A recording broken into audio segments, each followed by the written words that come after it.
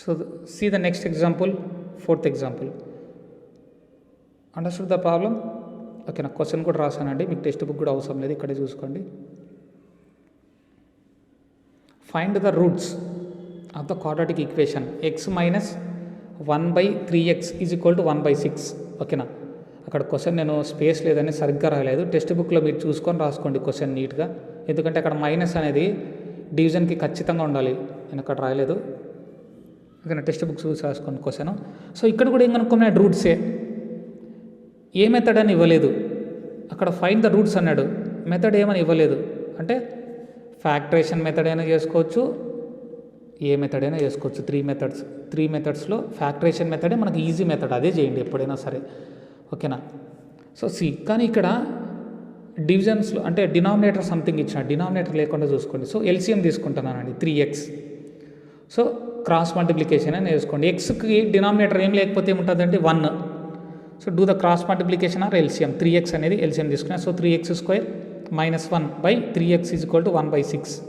RHS side same as it is 1/6. So చూడండి next line, confuse కావద్దండి. డినామినేటర్లో 3x ఉంది, ఆర్హెచ్ఎస్ సైడ్ డినామినేటర్లో 6 ఉంది. ఓకేనా, క్యాన్సిలేషన్ చేసుకోవచ్చు కదా, డైరెక్ట్గా చేస్తానా, మళ్ళీ ఆ పక్కకు పంపించేదంతా లేట్. 3 1 జార్ 3 2 జార్. ఓకేనా, 3 1 జార్ 3 2 జార్. డినామినేటర్ని క్యాన్సిల్ చేసిన, 3 1 జార్ 3 2 జార్.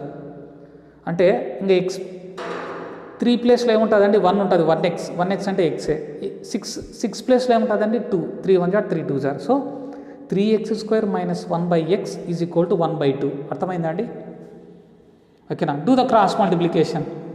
ఈక్వల్ ఉంది కదా cross multiplication. So 2 × 3x² minus 1 bracket that equal to 1 × x. So 6x² minus 2 equal to x. ఓకేనా, ఆ ఎక్స్ని ఆర్హెచ్ఎస్ సైడ్ ఉన్న, so in RHS we have the x, by coming to LHS it will become -x. So 6x² minus x minus 2 is equal to 0. So quadratic equation form came. ఓకేనా, so we can do the factorisation. So factorisation ఏదని చేయాలి, first term last term రెండు పాజిటివా, no. 6 అనేది positive, 2 అనేది negative. So minus into plus minus, 6 2 జార్ 12. So -12x². -12x² -12 ఎక్కడ వస్తుందండి, middle term ఏం రావాలి, -1 రావాలి. ఏది తీసుకోవచ్చు, 3 2 జార్ 6. ఓకేనా, 3 2 జార్ 6. So big value having minus, small value having plus. So 3లోంచి 2 పోతే 1 -1. సారీ 3 2 జార్ 6 కదా, మనకి ఇక్కడ వచ్చింది 12 కదా, సారీ 6 2 జార్ 12 కదా. సో 12కి ఫ్యాక్టర్స్ ఏమొస్తాయంటే 4 3 జార్ 12. So 6x² minus 4x plus 3x minus 2 equal to 0. ఓకేనా, 6 కాదండి అక్కడ 12. ఓకేనా, నేను 6 అనుకున్నాను. సో ఫస్ట్ 2 టర్మ్స్లోంచి 2 కామన్ తీద్దాం. So 2x. So 3x minus 2 plus 1. So 3x minus 2 equal to 0. 2 same ఉన్నాయి కాబట్టి 3x minus 2 next 2x plus 1 equal to 0. So x is equal to 2/3 comma -1/2. So 2/3 and -1/2 are the roots of the given equation. Understood the problem. మీ text బుక్లో కొంచెము వేరే విధంగా ఇచ్చింటారండి, అది రాయిద్దండి, అదంతా అది రాసింగ్ అంతే, మీకు పిచ్చెక్కుతుంది. 5th one, do yourself if you want. If you want, no need means no need. See the 5.2 exercise. 5.2 exercise first Roman మొత్తం అవేనండి. చూడండి అక్కడ question, find the roots of the following given, find the roots of the following quadratic equation by factorisation. అన్నీ ఆ మెథడే చేయాలి. Example 3, example 4 మెథడే, factorisation మెథడే కదా. So first one, second one and also 5th one, 6th one, 7th one do your self. నేను 3rd one ఒక 4 problem చెప్తానండి, డిఫరెంట్గా ఉండేటి. మిగతా ఇంకా మీకు ఈజీనే. ఒకవేళ మేము అది కూడా చేయలేము సార్ అంటే నన్ను కాల్ టు మీ, ఎక్కడన్నా రాకపోతే నేను చెప్తానండి. So see the 3rd one, factorisation మెథడ్లో రూట్స్ కనుక్కోవాలంట. So the question is √2x² plus 7x plus 5 √2 = 0. First term last term product చేయాలి కదా. సో ఫస్ట్ది ప్లస్సే, లాస్ట్ టర్మ్ కూడా ప్లస్సే. ప్లస్ అంటే ఇంకా అవసరంలే. సో ఏముందండి, ఇక్కడ సైడ్ చేశాను చూడండి, సైడ్ తీసుకున్నాను, సైడ్ రాశాను చూడండి, అది మొత్తం. సో 5 అవుట్ సైడ్ ఏముంది, రూట్ అవుట్ సైడ్ 5 ఉంది అంతే, 5. √2 × √2 ఏమవుతుందండి, 2 అయిపోతుంది. √2 హోల్² అయిపోయి స్క్వేర్ రూట్ క్యాన్సిల్ అయిపోయి 2 అయిపోతుంది. So 5 2 10, 10x². సో 10x²కి మనం ఫ్యాక్టర్స్ కనుక్కోవాలి. 10 1 పోతుంది, 5 2 పోతుంది. కానీ మిడిల్ టర్మ్ ఏం రావాలి మనకు, 7 రావాలి. సో 5 2 తీసుకుంటేనే చేయగలం. ఓకేనా. సో 2 పాజిటివ్ తీసుకున్నా, అందుకటే 7x వస్తుంది. సో రాసానండి. సో 7 ప్లేస్లో 2x ప్లస్ 5x. ఎందుకు సార్ మీరు ఫస్ట్ 2x రాసినారు మళ్ళీ 5x రాసినారంటే మీ ఇష్టం. మీరు ఫస్ట్ 2x రాసుకోండి, మళ్ళీ 5x అని రాసుకోండి. ఇక్కడ సెకండ్ లైన్ ఉంది కదా, √2x² plus 2x plus 5x అని రాసినా కదా. ఫస్ట్ కంటే 5x రాసుకోండి, సెకండ్ మీ ఇష్టం, ఎట్లా రాసుకున్నా కరెక్టే వస్తుంది. ఓకేనా. Plus 5 √2 = 0. That is the second line. In see the third line. Third line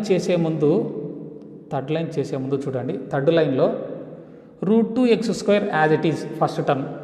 third లైన్లో సెకండ్ లైన్లో ఏముందండి, 2x ఉంది, అక్కడ డాష్ పెట్టాను చూడండి, చిన్న dash.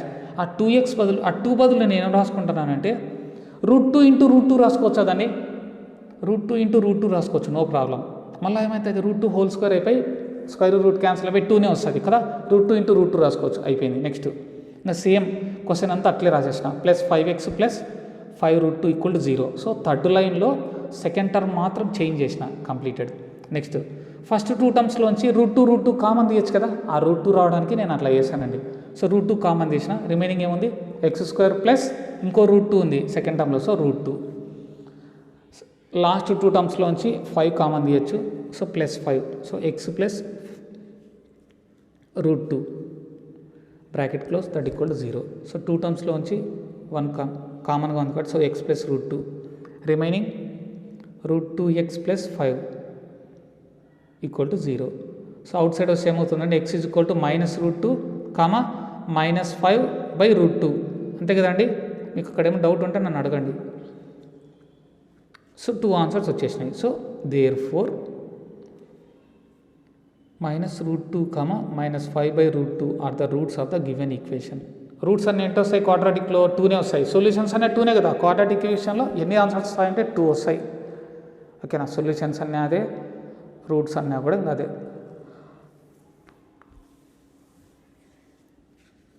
See the next one, fourth one చూడండి. 2x² - x plus 1/8 = 0. ఓకేనా. డినామినేటర్ ఏం లేకోకుండా చూసుకోండి, ఎందుకంటే లేట్ అవుతుంది చేయాలంటే problem. So by doing the LCM 8, 16x² - 8x plus 1 divided by 8 = 0.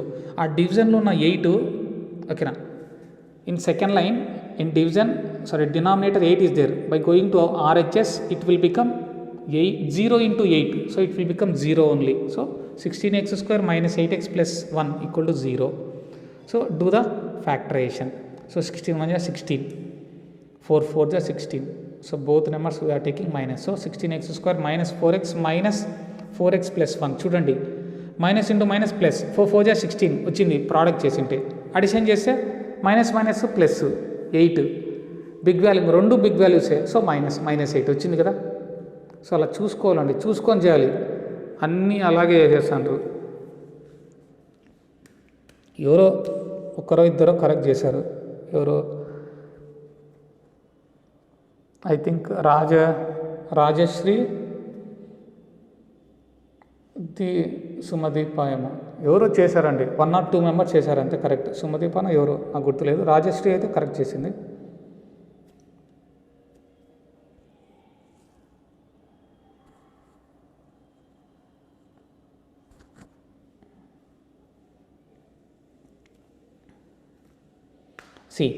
First 2 terms నుంచి కామన్ తీయచ్చు. So 4x in the bracket 4x - 1 common తీసి 4x - 1. So 4x-1 4x1 take 1 4x-1 out side కూడా సేమ్ అదే ఉంది 4x-1. So రెండు same answers వస్తాయి. So x is equal to -1 అనేది ఆ సైడ్ పోతే +1 1/4. సో సేమ్ రెండు ఆన్సర్స్ 2 ఆన్సర్స్ సేమ్ వచ్చినాయంటే ఏమనండి గ్రాఫ్ ఎంత వస్తుంది తెలుసా?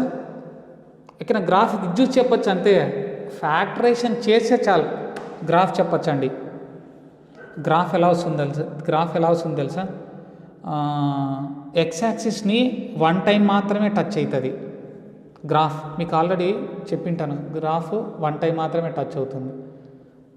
ఓకేనా? ఇలా 2 సేమ్ ఆన్సర్స్ వచ్చాయనుకోండి, గ్రాఫ్ ఎలా వస్తుందంటే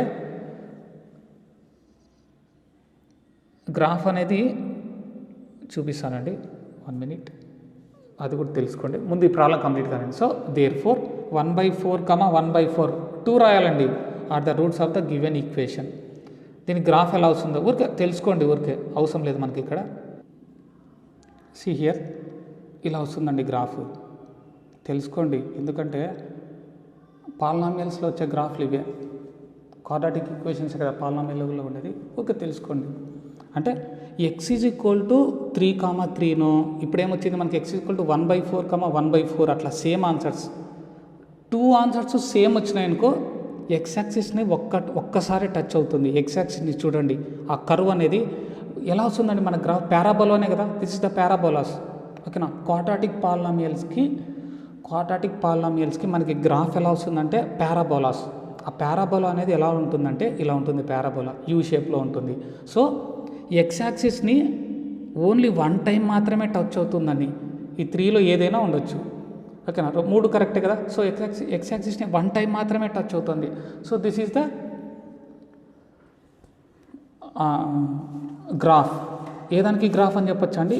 5.2లో 4th వన్కి 5.2లో 4th వన్కి దిస్ ఈజ్ ద గ్రాఫ్, ఇలా ఉండొచ్చు. నెక్స్ట్ 3rd వన్ చేసాం కదా, థర్డ్ ఎగ్జాంపుల్ ఎగ్జాంపుల్ 3కి ఇలా ఉంటుందండి గ్రాఫ్ చూడండి. ఎందుకంటే ఎగ్జాంపుల్ 3 యొక్క వాల్యూస్ ఎలా వచ్చినాయండి? 1 3/2. 3/2 ఎంత అంటే 1.5. సో 1, 1.5, 3, 2, 10, 7 అట్లా 2 డిఫరెంట్గా వచ్చినాయి అనుకో answers, 2 answers.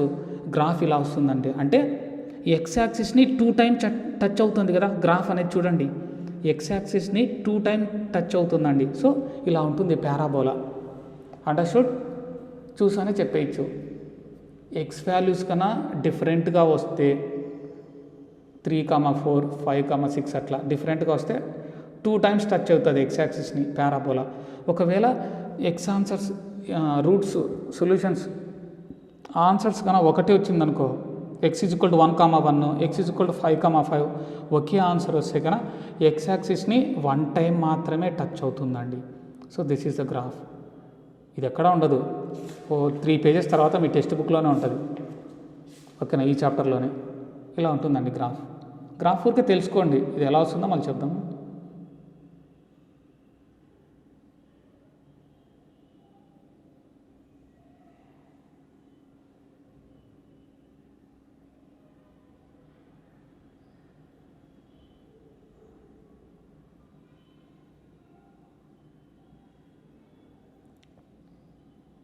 So understood the problems? Okay, now see the next one.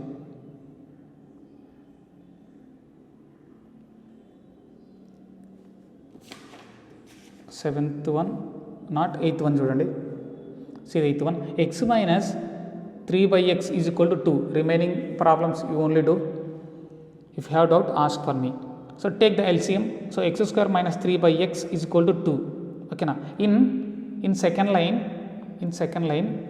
LHS having denominator x, by going to RHS it will become into. So x square minus 3 is equal to 2x. So plus 2x in RHS side, by coming to LHS it will become minus 2x.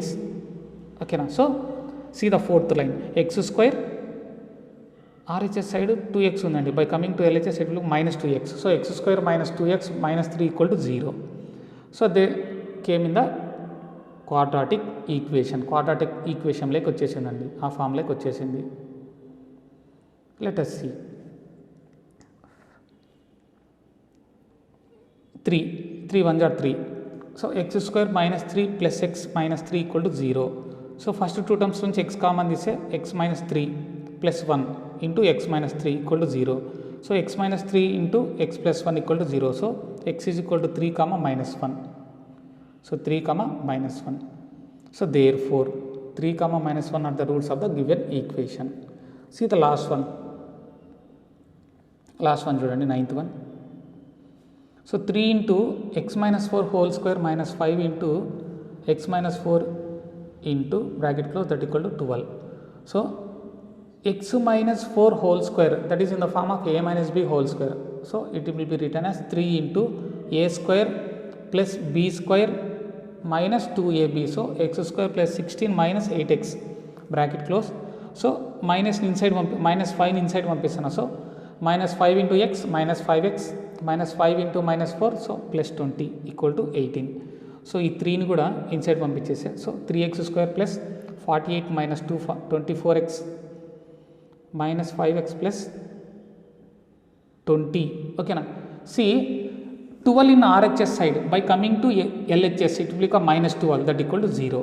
So see x square only one term, so 3x square completed. X coefficient x terms ఉండయా? So is there. So minus 24x minus 5x. So it will become minus 29x completed.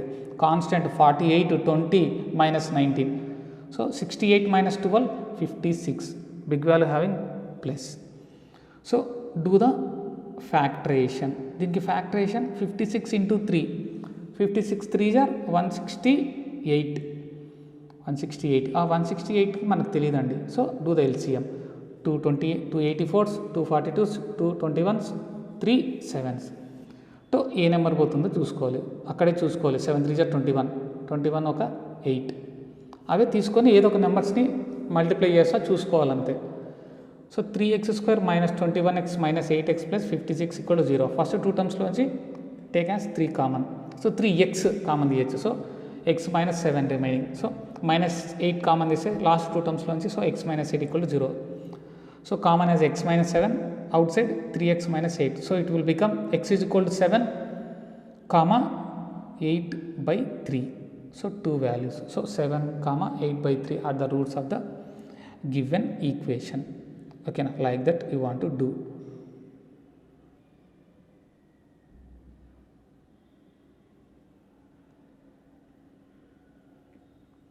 See the next one, second one.